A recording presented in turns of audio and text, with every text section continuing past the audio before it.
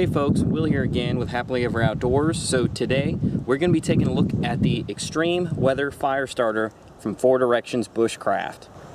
The Extreme Weather Firestarter from Directions Bushcraft currently goes for $17.99 on directionsbushcraft.com.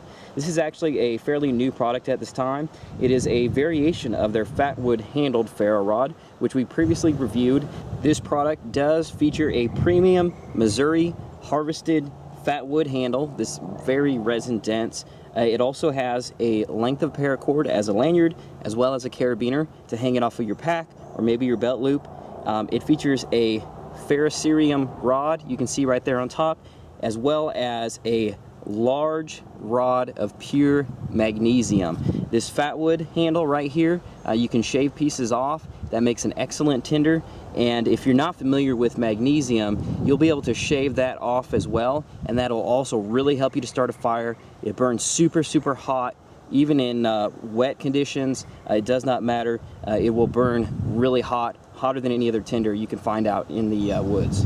So as I just mentioned, I've had the opportunity to test and review several of Chris's products over at Directions Bushcraft, and everything I had got so far was excellent.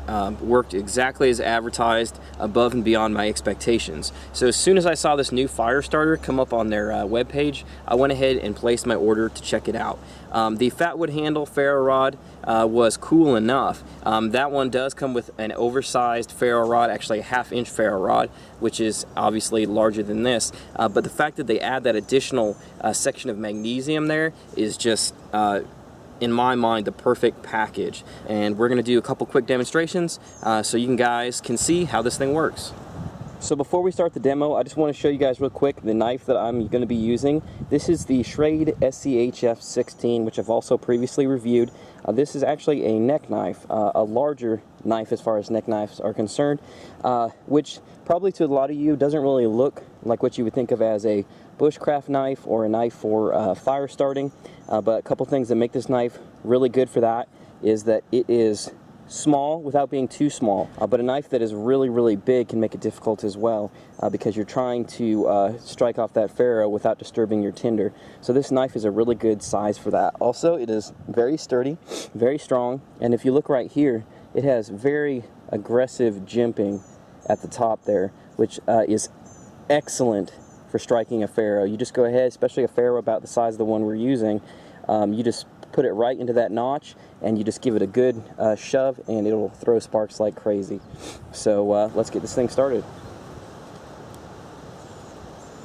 Alright guys, so this is just going to be a plain cotton ball, no accelerant. I was actually going to go ahead and do some petroleum jelly, some Vaseline covered cotton balls, because I know a lot of people use that. I don't really use it that often, but I know it's a common thing people like to use. Unfortunately, I didn't have any Vaseline at the house, but we're going to do just a plain cotton ball, and you guys will get the idea. This is just going to be using the ferro itself, nothing else, how easy we can get this thing started.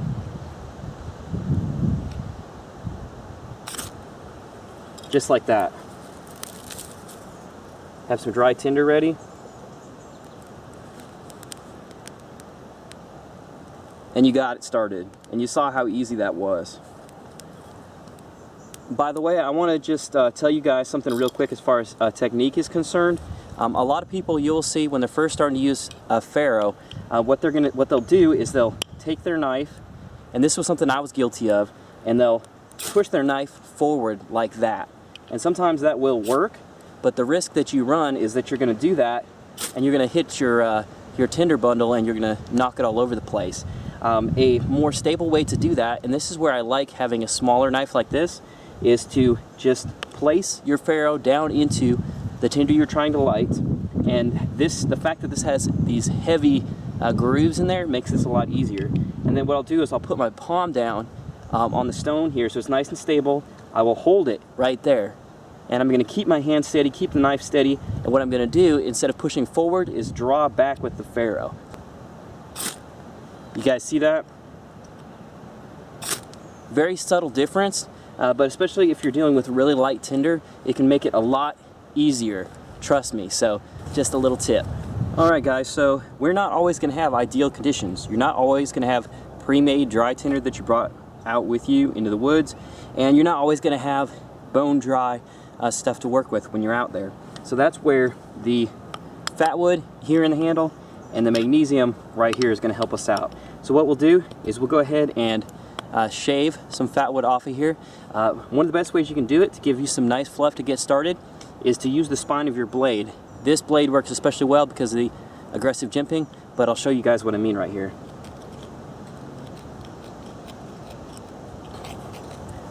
One little technique I'm doing right here, I've got the ferro rod pushed up against my leg, which is a little bit out of picture, and that way I can get two hands on my blade right here.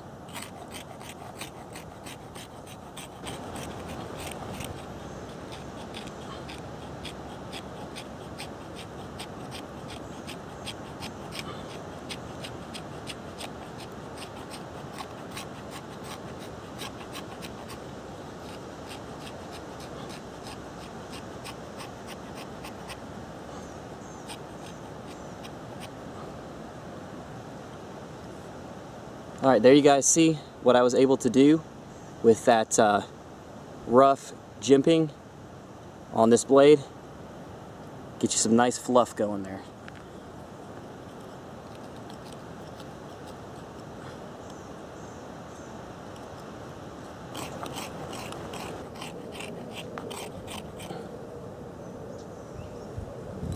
Alright, we got ourselves a nice little pile there. And then what I can do, flip it over. Using the same technique, I'm kind of pushing the end of the handle up against my, my leg. And I will go ahead and shave off some magnesium as well. That wind is trying to get us.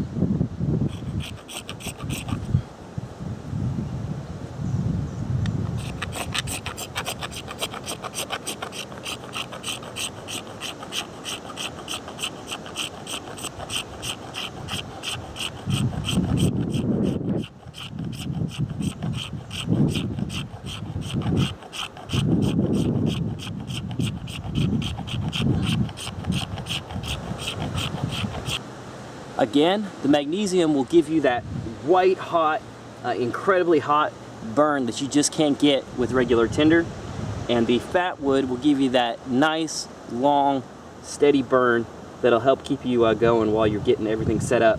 Be mindful, make sure you always have your tinder and everything ready, some light kindling and all that, so you're ready to start building your fire as soon as you get it going. That way you don't lose your flame. Alright, let's see if we can light this off.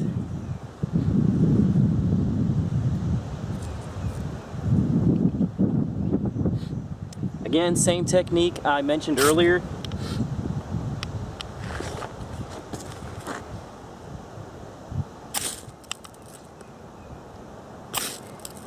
There we go. Okay, got my grass pile ready. Grass bundle. There we go. Some dry twigs that I found.